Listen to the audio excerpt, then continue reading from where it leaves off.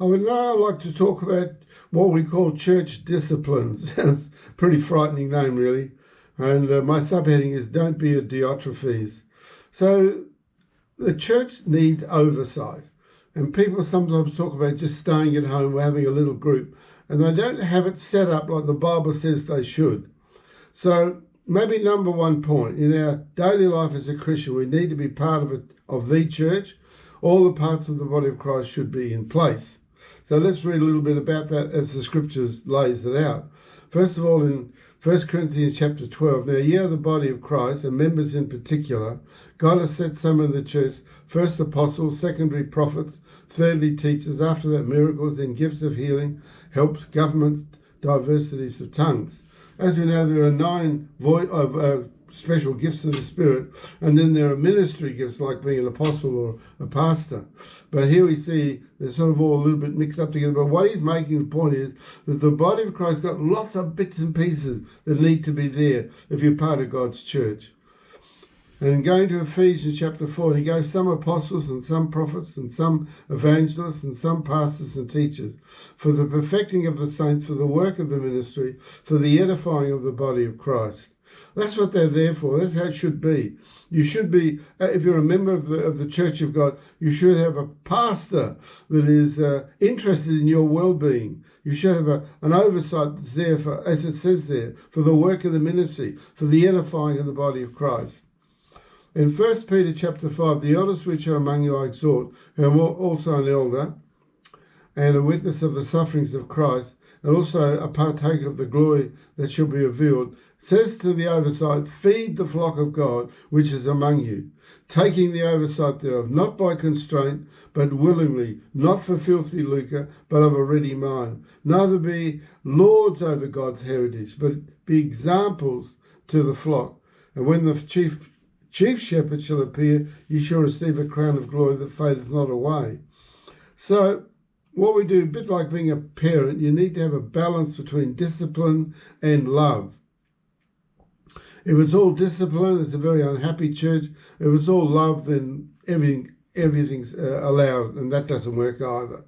In James it says, and he shall have judgment without mercy that has showed no mercy, and mercy rejoiceth against judgment.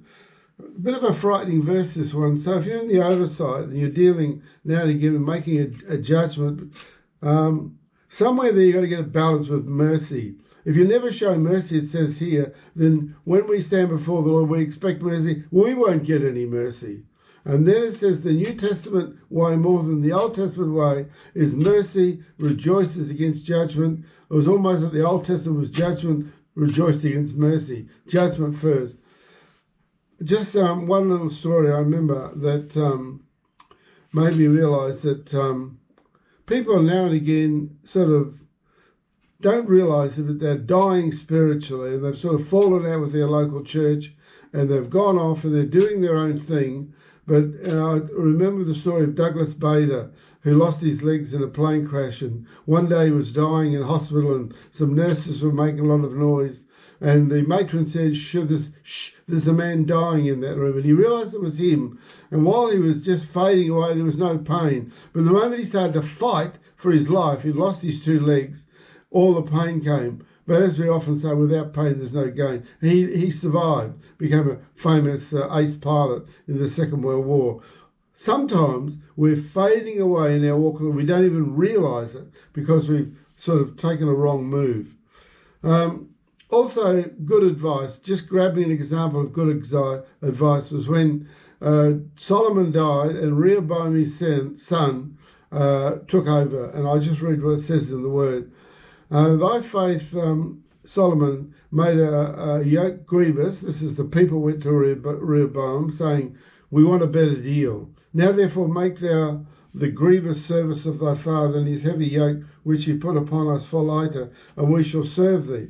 And he said unto them, depart ye yet 3 days, then come to me again. And the people departed, and King Rehoboam consulted with the old men that stood before Solomon his father while he yet lived, and said, how do you advise that I may answer this people? They spake unto him, saying, if thou wilt be a servant unto these people, which is what oversight is supposed to be, and kings are supposed to serve their people, if thou wilt be a servant unto this people this day, and wilt serve them, and answer them, and speak good words to them, they shall be thy servants forever.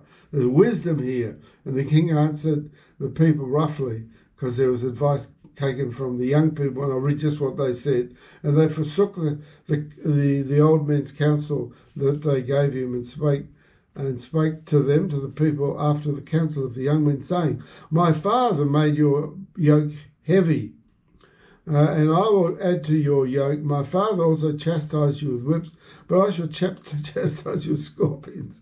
I can't believe it. Wherefore the king hearkened not unto the people, for the cause was of the Lord, and that he might perform his saying, which the Lord spake to Ahijah the Shilite unto Jeroboam the son of Nebat. Another story, I won't go into that. And when all Israel saw that the king hearkened not unto them, the people answered the king, saying, What portion have we in David? Neither have we inheritance in the son of Jesse. To your tents, O Israel. Now see thou to thine house, David. So Israel departed, went to their tents. So it wasn't maybe the cleverest thing that ever happened.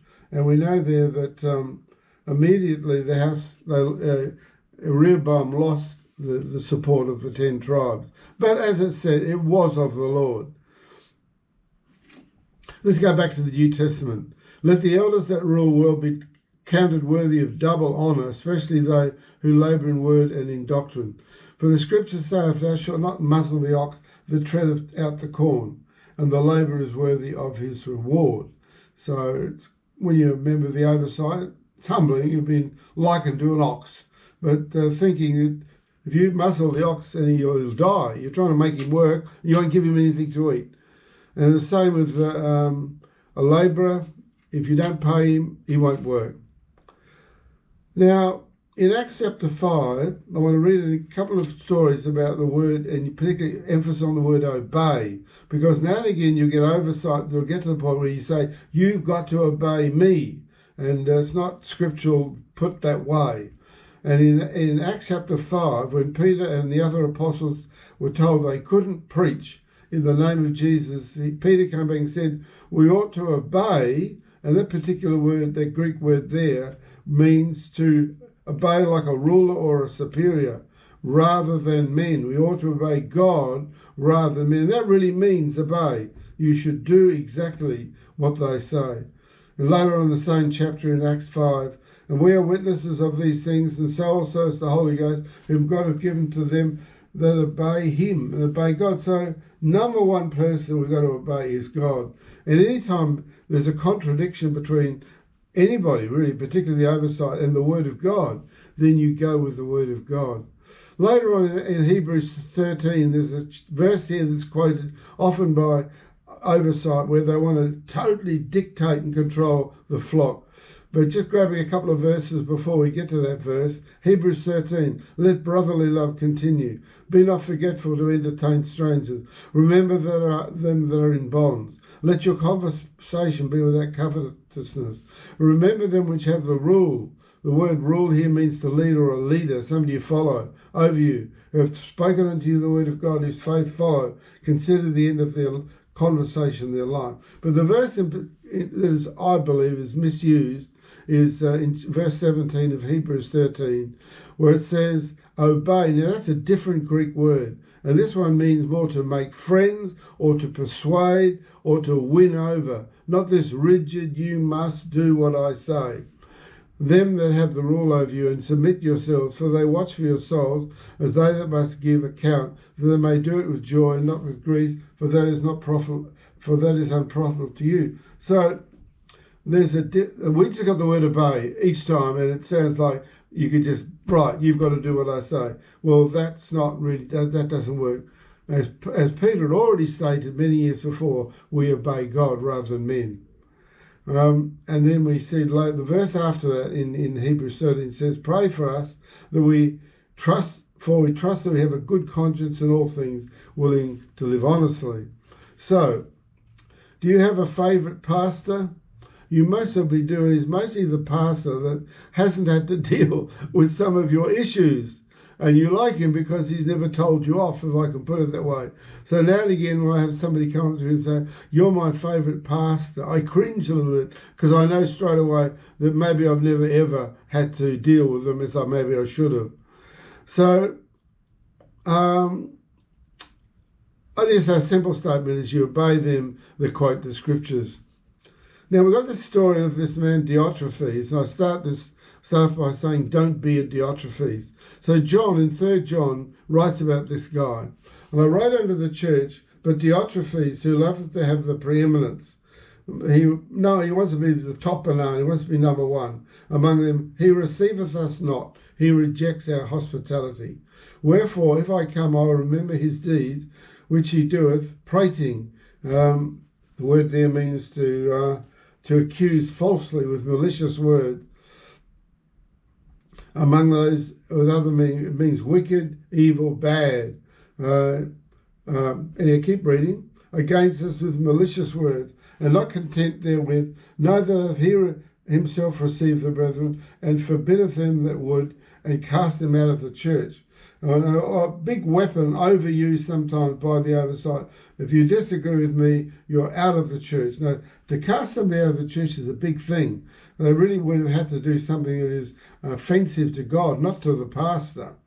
Beloved, follow not that which is evil, but that which is good.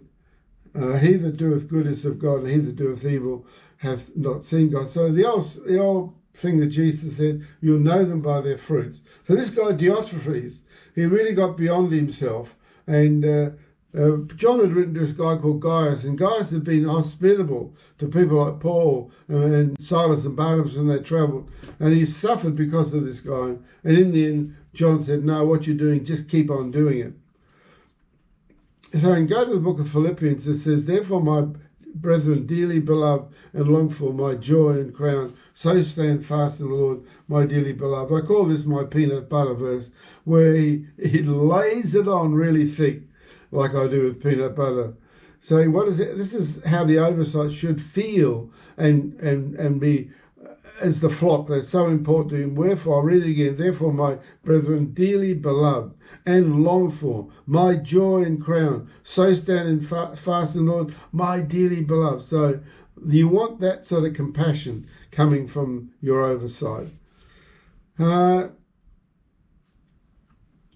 keep reading. It's a great chapter, this. I beseech you, Odious, and beseech Syntyche that they be of the same mind as the Lord. There's a couple of brothers there, or a sister, brother, we don't know what gender, they'd fallen out. He said, don't do that, don't fight. I entreat thee also, true yokefellow, help those women which laboured with me in the gospel, with Clement also, and with other fellow labourers whose names are in the book of life. Rejoice in the Lord always, and again I say rejoice. Let your moderation be known to all men, that the Lord is at hand. So be a good example to the flock. Don't rule them with a rod of iron. So in Galatians chapter 1, there's a big warning to any member of the oversight. The oversight should be there. There should be pastors. There should be elders. There should be people. And you should have the setup, the body of Christ, and part of the flock. Don't say, I don't need that, because you do need that. And in Galatians it says, where Paul said, I marvel that ye are so soon removed from him that called you under the grace of Christ unto another gospel, which is not another. Actual fact, there's no such thing as another. But there be some that would trouble you and would pervert the gospel of Christ. But though we or an angel from heaven preach any other gospel unto you than that which is preached unto you, let him be accursed. As we said before, by the way, when anything is said twice, it's set in concrete. So say I now again, if any man preach any other gospel unto you that ye have received, let him be accursed. And then he said in verse 10, for do I now persuade men or God? Or do I seek to please men?